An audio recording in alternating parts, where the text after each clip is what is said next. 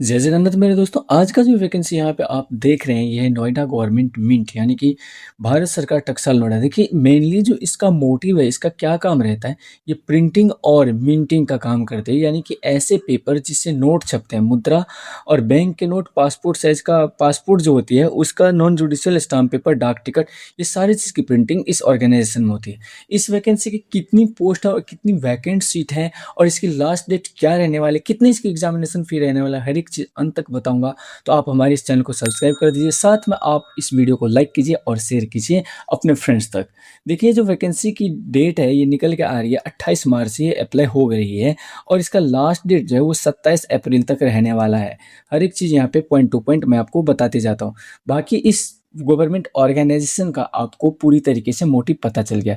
देखिए फर्स्ट में जो ये जॉब आपकी होने वाली है ये 1 साल की प्रोबेशन पीरियड पे होगी और आपका बाकी का एक्सटेंड करते रहेंगे गवर्नमेंट। इसमें अच्छा सैलरी भी है और यदि आपको अर्जेंट बेसिस पे जॉब चाहिए तो आप निश्चित रूप से अप्लाई कर दीजिए।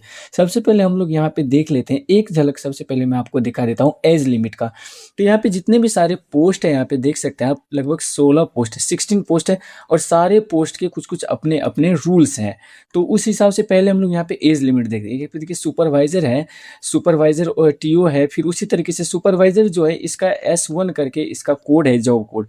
तो इसका कुछ अलग एक पॉइंट है जो कि इसका सिक्योरिटी मनी डिपॉजिट होगा, उसके रिगार्डिंग मैं आपको बताऊँगा। देखिए इसका एज 18 से 30 दिया गया है, जूनियर ऑफिस असिस्टेंट के लिए यहाँ पे 18 से 28 दिया गया है, बाकी और भी जूनियर जो 10th लेवल पे जो वैकेंसी है उसके लिए 18 से 25 दिया गया है। आप इसका निश्चित रूप से स्क्रीनशॉट ले लीजिए, आपके लिए आसान होगा। अब बढ़ते हैं हम लोग आगे। यहाँ पे देखिए किस तरीके से इसका जॉब का वैकेंसी है, इसका बैकलॉग भी है और बाकी कैटेगरी के हिसाब से भी दिया गया है। यहाँ पे देखिए सुपरवाइज़र एसए का दिया गया है, पहले हम लोग सुपरवाइज़र का देख लेते हैं, एज लिमिट वगैरह। नेक्स्ट यहाँ पे जूनियर ऑफिस असिस्टेंट का यहाँ पे शुरू हो गया है, तो ध्यान से आप देखते जाइए। इसका जितना भी India government of mint organisation है, उसके बाकी सारे यहाँ पे डिटेल्स दिए गए हैं। ये सारा पीडीएफ आपको हमारे इस टेलीग्राम चैनल पे मिल जाएगा, तो आप निश्चित रूप से हमारे इस टेलीग्राम चैनल को भी सब्सक्राइब कर दीजिए। ये रिज़र्वेशन का किस तरीके से रिज़र्वेशन पीडब्ल्यूडी कैटेगरी के लिए दिया गया है, वो सब यहाँ पे है, तो वो सब चीज़ मैंडेटरी नहीं रखता है। देखिए एलिजिबिलिटी क्राइटेरिया जो मेन चीज़ है वो यहाँ पे मैं आपको बता देता हूँ, क्या आपका क्वालिफ़िकेशन कितना रहना चाहिए। सुपरवाइज़र के लिए आपका फर्स्ट डिवीज़न होना चाहिए डिप्लोमा केमिकल इंजीनियरिंग में, या फिर आपका बीटेक, बीएससी इंजीनियरिंग या फिर केमिकल इंजीनियरिंग रिकॉग्नाइज्ड यूनिवर्सिटी से होना चाहिए। नेक्स्ट भी कुछ उसी प्रकार से यहाँ पे देख सकते हैं आप, जितने भी सुपरवाइज़र का है तो लगभग वही चीज़ यहाँ पे दिया गया। किसी-किसी में इलेक्ट्रिकल है, किसी-किसी में मैकेनिकल है और किसी-किसी में यहाँ पे केमिकल भी दिया गया है। आगे का पोस्ट यहाँ पे जूनियर ऑफिस असिस्टेंट के लिए देख सकते हैं, ये फ्रेशर्स के लिए है, मतलब सारे पोस्ट वैसे फ्रेशर्स के लिए हैं, लेकिन यहाँ पे प्लेन ग्रेजुएशन वाले भी अप्लाई कर सकते हैं। किसी भी डिसिप्लिन में आपने ग्रेजुएशन किया हो तो आप अप्लाई कर सकते हैं, लेकिन आपका इंग्लिश का टाइपिंग 40 वर्ड पर मिनट का होना चाहिए और हिंदी का 30 वर्ड पर मिनट का होनी चाहिए। और आपका जो डॉक्यूमेंट्स रहेगा, टाइपिंग का सर्टिफिकेट वगैरह, वो डीओपीटी प्रिस्क्राइब होनी चाहिए, मतलब अच्छा वाला होना चाहिए, वो ज़्यादातर रहती हैं। उसी तरीके से नेक्स्ट है यहाँ पे हिंदी टाइपिस्ट का, तो उसमें 30 वर्ड पर मिनट का लिया जा रहा है। एंग्रेवर का देख सकते हैं यहाँ पे, फाइन बैचलर आर्ट में आपका 55% मार्क होने चाहिए, तो भी आप अप्लाई कर सकते हैं। बुलियन असिस्टेंट का देख सकते हैं, जेबीए का यहाँ पे भी ग्रेजुएट किसी भी डिसिप्लिन में आपका है तो आप अप्लाई कर सकते हैं। ये भी प्लेन ग्रेजुएशन के लिए 40 वर्ड पर मिनट आपका इंग्लिश में, 30 वर्ड पर मिनट आपका हिंदी में टाइपिंग वहाँ पे मैंडेटरी है। लेबोरेटरी असिस्टेंट के लिए भी यहाँ पे फ्रेशर्स का ही है, लेकिन इसमें आपका बीएससी होना चाहिए केमिस्ट्री के साथ। यहाँ पे कोई टाइपिंग वगैरह इसका नहीं दिया गया है। टेक्निकल का यहाँ पे देख सकते हैं फीटर के लिए, तो ऑब्वियसली जितने भी सारे यहाँ पे टेक्निकल ऑपरेशंस के पोस्ट्स हैं यहाँ पे, वो सब में आईटीआई आपको मैंडेटरी है। जूनियर टेक्नीशियन में देख सकते हैं 2 साल का आईटीआई, साथ में आईटीआई इन फीटर ट्रेड का भी होना चाहिए। तो ये सारे आपके यहाँ पे डिटेल्स थे, आपके एलिजिबिलिटी क्राइटेरिया थे। देखिए मेन चीज़ जो है यहाँ पे इम्पोर्टेंट, वो कैंडिडेट ऑफ इंडिया, सिर्फ सिटीजनशिप जिनका इंडिया का वही भर सकते हैं। आप निश्चित रूप से हमारा इस चैनल के लिए सब्सक्राइब कर दीजिए, बहुत इंपॉर्टेंट और नोटिफिकेशन वाला वीडियो लेके आता हूँ जो आपके करियर को ऊंची उड़ान देगा। देखिए एक और चीज़ है कि कैंडिडेट को ये कहा जा रहा है कि यदि आप एक से ज़्यादा पोस्ट को अप्लाई करते हैं तो आपको बार बार अलग अलग पोस्ट के लिए एप्लीकेशन फ़ी पेमेंट करने पड़ेंगे। इम्पोर्टेंट डेट्स जो कि सबसे मैंडेटरी होता है वो आपको बता देता हूँ। मैंने जैसा कि बताया कि 27 अप्रैल इसका लास्ट डेट है, आप उससे पहले इसको अप्लाई कर दीजिए। और इसका जो सीबीटी का टेस्ट होगा मई या जून में होगा, और उसी तरीके से एग्ज़ाम डेट का भी, लेकिन ये एक तरीके से आर्बिट्रेरी है, ये टेंटेटिव है, चेंज भी हो सकती है डेट। तो आप निश्चित रूप से रेगुलर बेसिस पे इसका अपना वेबसाइट विज़िट करते रहिएगा। किस तरीके से अप्लाई करना मैं नीचे जो है आपको बताऊँगा कि कौन-सा वेबसाइट है, कहाँ पे जाके आपको इसको अप्लाई करने का है।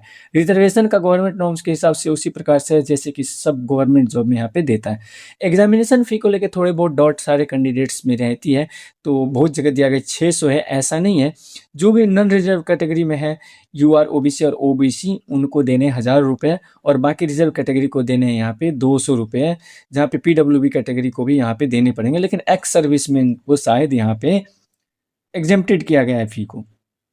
जैसा कि मैंने बताया जॉब का रहने वाला 1 साल का रहने वाला है, लेकिन ये एक्सटेंड होते रहेगा टाइम टू टाइम।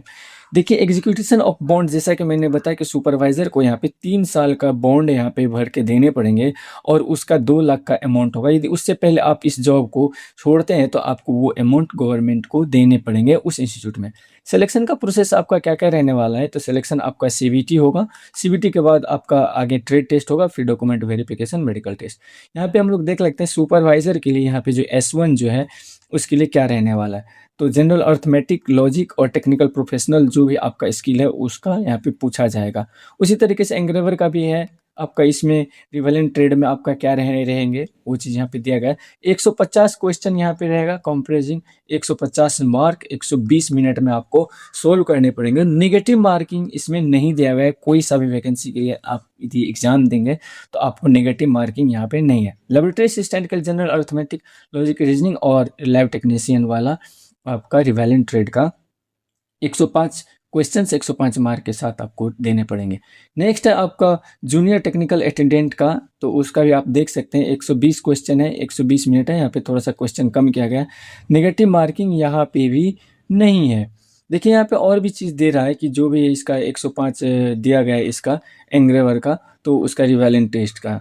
नेक्स्ट हम लोग यहाँ पे देख लेते हैं ऑफिस असिस्टेंट का और जूनियर बुलियन असिस्टेंट का यहाँ पे दिया गया है। तो उसका कंप्यूटर नॉलेज, साथ में general awareness, English, numerical aptitude और रीजनिंग, टोटल मिला के 150 क्वेश्चन 150 मार्क 120 मिनट इसमें भी देने पड़ेंगे। लेकिन अलग से इसमें जो है टाइपिंग टेस्ट आपको लिया जाएगा। 40 वर्ड पर मिनट इंग्लिश और 30 वर्ड पर मिनट आपको कंप्यूटर टेस्ट देने पड़ेंगे टाइपिंग का हिंदी में। आई होप आपको अच्छे से समझ में आ रही होगी ये सारी चीज़। यहाँ पे देख लीजिए एक और चीज़ है, जो कैंडिडेट आपको सीबीटी में क्वालिफाई कर जाएंगे हिंदी टाइपिस्ट के लिए, उनको फिर से बुलाया जाएगा टाइपिंग के लिए। सीबीटी के बाद टाइपिंग आपको देना पड़ेगा, पहले नहीं। तो ये टाइपिंग जो है यहाँ पे क्वालिफाइंग नेचर है यहाँ पे, तो टाइपिंग आप यदि पास करेंगे तभी आपका मेरिट लिस्ट बनेगा। जैसा कि मैंने बताया यहाँ पे कोई भी नेगेटिव मार्किंग नहीं है, तो आप निडर रहें, अच्छे से प्रिपरेशन करते रहें। यहाँ पे हम लोग देख लेते हैं क्या आपका फाइनल मेरिट लिस्ट के लिए आपका क्या रहने वाला है। तो जनरल कैटेगरी के लिए 55 और ओबीसी के लिए 50, एससी एसटी के लिए यहाँ पे 45% यहाँ पे मिनिमम क्राइटेरिया चाहिए उसके लिए। और भी कुछ डिटेल यहाँ पे मैं बता देता हूँ आपको किस तरीके से आपको अप्लाई करना है। तो एप्लीकेशन का यहाँ पे प्रोसेस दिया गया है स्टेप वाइज। उससे पहले आप देख लीजिए कि डॉक्यूमेंट्स का साइज आपका क्या रहना चाहिए।